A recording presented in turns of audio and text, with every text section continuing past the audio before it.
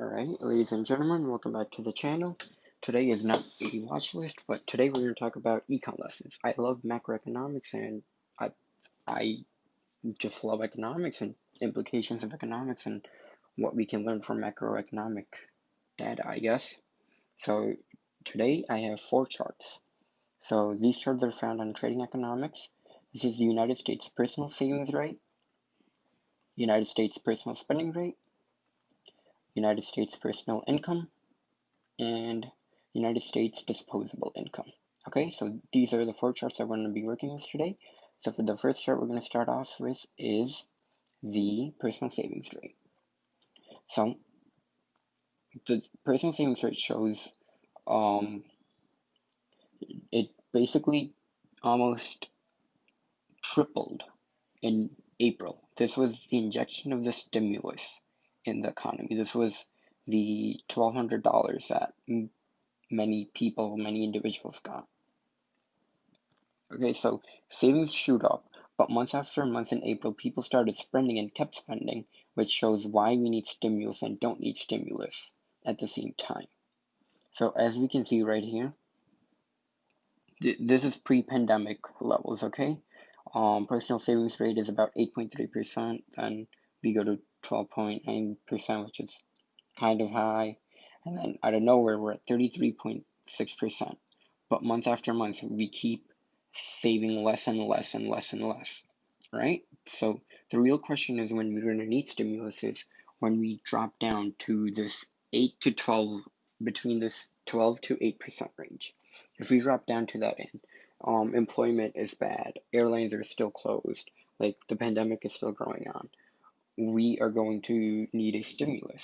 This is the, I guess, timeline that I use in need of stimulus. And this data is delayed by about 2 months, so I don't really know, but from the data that I have, I can see that if we get down to about 8% in personal savings rate, we will need stimulus because we can see that spending has been going up and up and up, right? So we see if we add the 6.7 and 12.7, that gives us 12.7 plus 6.7 gives you 19.4%.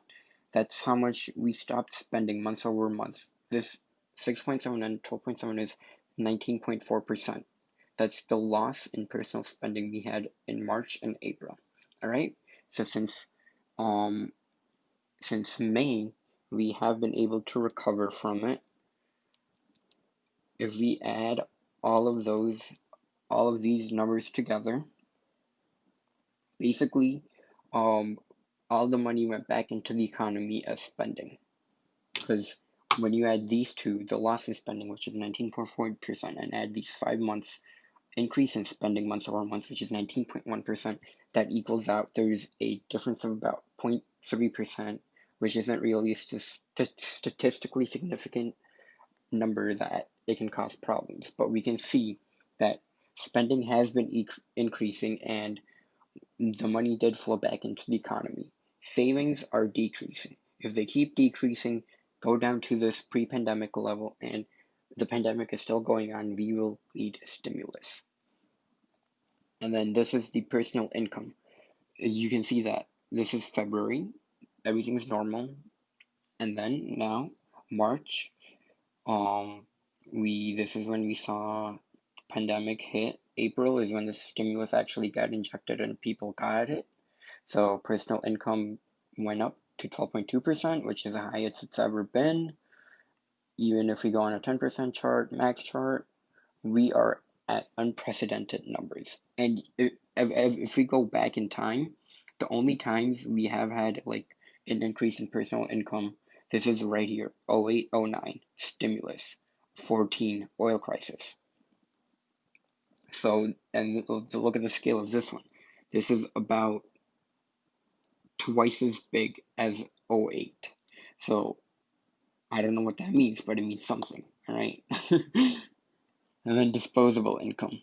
Look at the disposable income as look at the disposable income that we have as Americans.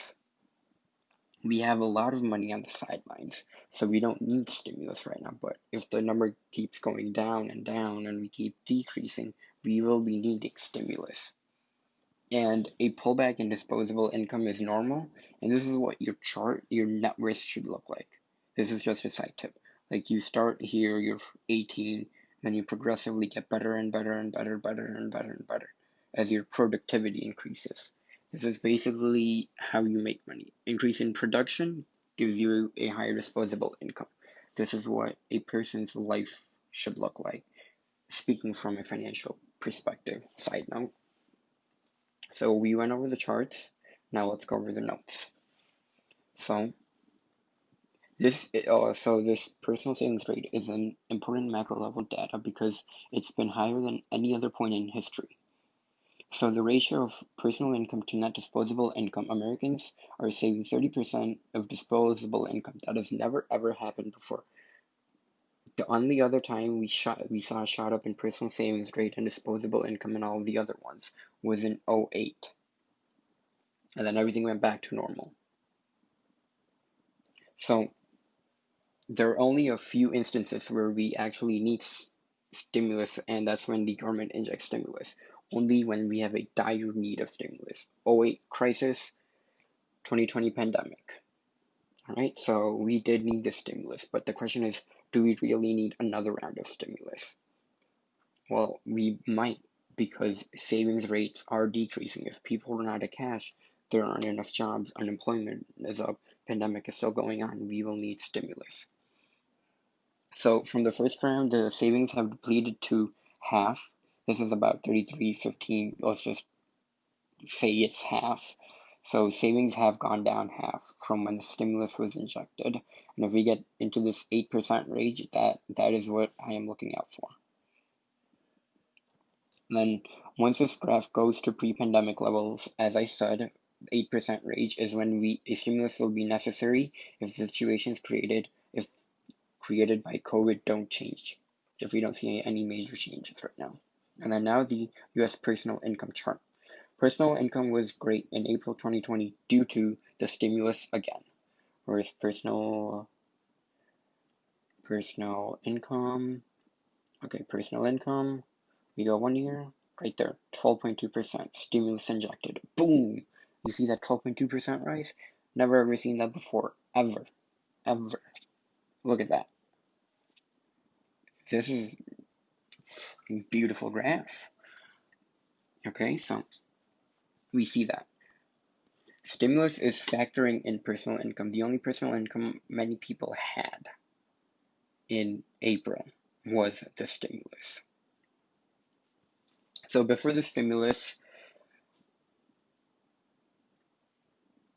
so every single time there is a shock, the graph is the stimulus inserted, which I went over before. We can see right there, '08, '09, 2014 oil. So the fluctuations are when there's stimulus inserted or there is a major macro level, something major going on basically. And then it usually just levels out and stays within a range.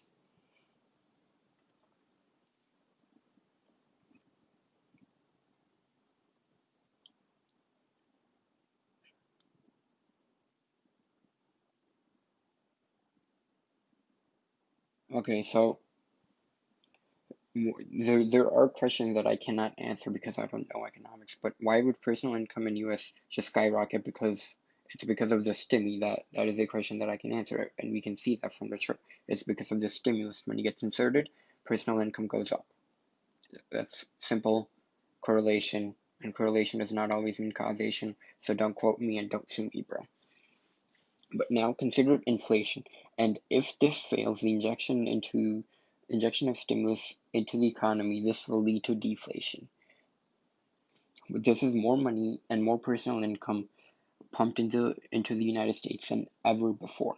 People in '08, '09 saw their stimulus was big, but look at our stimulus. We're about double the size. Another fun fact, econ lesson side note, why didn't we need a stimulus in '01 and '02? That was because it was a dot-com bubble. The dot-com bubble was a bubble. It crashed. It was a bubble. The only people who got hit were the ones who had assets. It did not affect personal income. And the only income growth we've had in 2020 is due to the stimulus. So that's another, I guess, fact to notice. You see that the only increase we had in 2020, January, decrease 0.9 to 0.8, decrease, that 12.2% stimulus, then decrease, and then we're back to January levels. And basically now the US personal spending months over months. So this is the personal spending months over month. So all of the money that stopped flowing into the economy in March and April, all of that money has flowed back into the economy through spending. This is, as I went over before, 19.4%, and this is 19.1% when you add all these months over months percentages together. So these two cancel each other out. Now what happens next in the next 2 months, if we keep spending, that means we're spending more money, and if savings rate keep decreasing and personal income does not keep rising, then we will need a stimulus. And if the situation keeps going on, we will need a stimulus, in my opinion. Because it just makes logical sense. If you're spending more, your income is not increasing. This chart shows income, so if this goes up, your personal income does not go up, and your savings rate starts going down, that shows that income isn't increasing and people are using their savings to spend money when that's not how it should work. And if the situation keeps going and employment is high, COVID is still around, we will need a stimulus because then people aren't going to have money. Once this gets to pre-pandemic level, that's the danger zone. No money, no economy. And in an economy, your spending is someone else's income. So you need to spend. And if savings get depleted and personal income isn't rising, you need a stimulus to prop all of this up.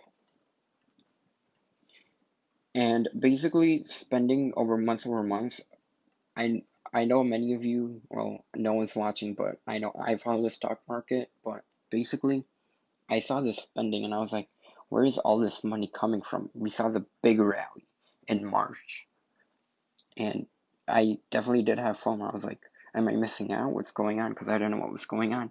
This was the spending increasing. Spending increasing. People are spending at companies. Companies are making money. People are buying stocks of those companies. So the FOMO was all created in the 5 months because of the personal spending going up. And personal spending went up because we had an increase in personal income, 12.2% right here, and an increase in savings rate. So people had money and they started spending and spending and spending. And now we're at this point. Well, from this chart 2 months ago, we were at a point where we did need stimulus and didn't really need stimulus. It's not necessary because we're still double the pre-pandemic savings rate. So I don't know if this helped anyone. Hopefully I'll come back in the future and watch this because I think this will show us when we need a stimulus. And again, to reiterate this whole point, I think we will need stimulus when savings rate hit this 8% level, if savings rate hit the 8% level, if personal income decreases, and if spending keeps going up and disposable income goes down. That is when I believe we will need stimulus. That is when we will, and if we don't get stimulus, we will see effects in the economy and in the stock market. And to anyone that watches this, I hope you like the econ lessons as much as I do. This is probably my longest video ever made. While I usually make 4-minute videos, this is a 15-minute video. I didn't know time went that fast, but notes will be posted, link in bio, subscribe, like for the YouTube algorithm. Thank you for watching, have a great day.